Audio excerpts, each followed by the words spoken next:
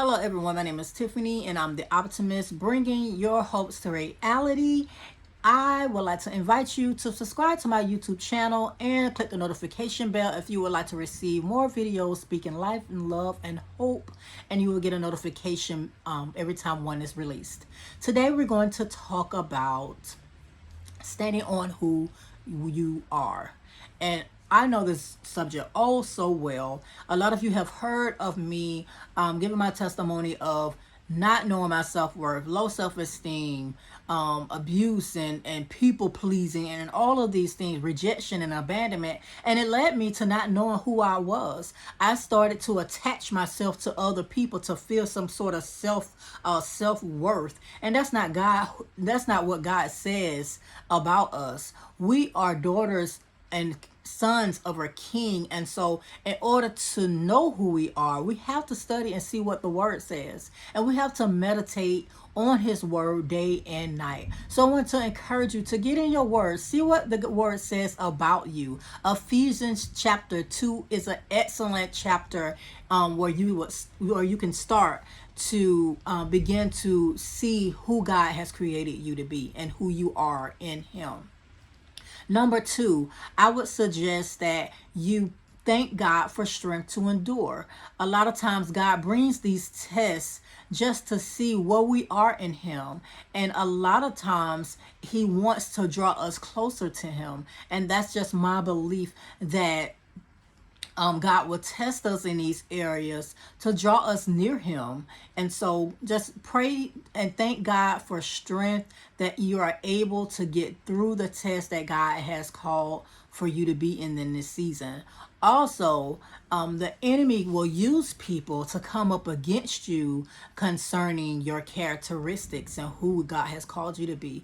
But when you are who God says you are, and you know that you are walking in the will of the Father, and you know your truth in the matter, you have to continue to stand on who God says you are and do not waver. In my past, I would waver. I would not stand up for who I was because it just seemed like it was just so overwhelming to the point to where I just threw my hands up. But now, because I know who I am and I trust in the Lord to fight my battles, I will stand in who I am, and then I will step back and let the Father fight my battles because he's the only one that can do it for me.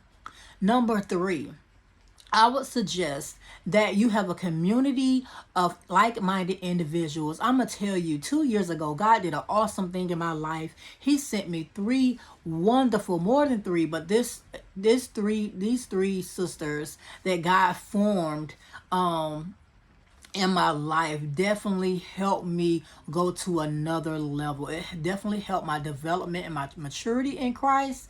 And I'm able to, we meet on a weekly basis. We discuss things and encourage each other in the word and pray and edify each other and empower each other, and we do all these things. And so I want to encourage you to find and pray for God to send you some like-minded individuals to help you during your walk in the season that you may be currently in, if it's a difficult one, or and even in if it's not a difficult one. We could always use some fellowship to help us and pray us through difficult and even outstanding situations that we may be going through, just to help just keep us and help direct us and guide us however God leads. Number four would be, and this is most important, is to believe in what God says you are. And so often in my past, because I did not have a strong belief system, I would not believe what God said about me. It was hard for me to believe what I thought about me. It was hard for me, but I would take on what others said about me. So now that I look at it, it's kind of crazy, but that's just how broken I was at the time. And so now, one thing that I do that I will encourage you to do, in the beginning, I had to put my posties.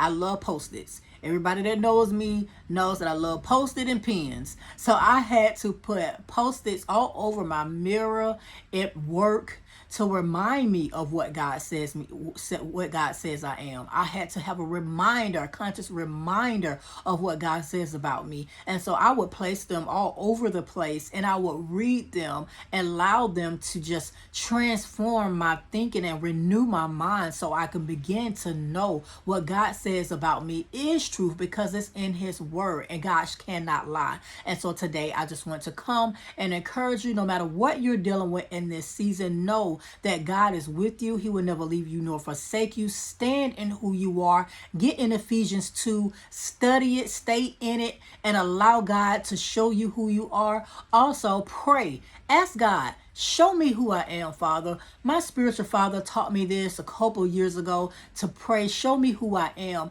And but God began to show me who I am in him. He began to do things and show me the power that is placed within inside of me. So I want to encourage you to pray and ask God to show you who you are. He will do just that. So thank you for tuning in on today. I will see you on my next video. Thank you and peace.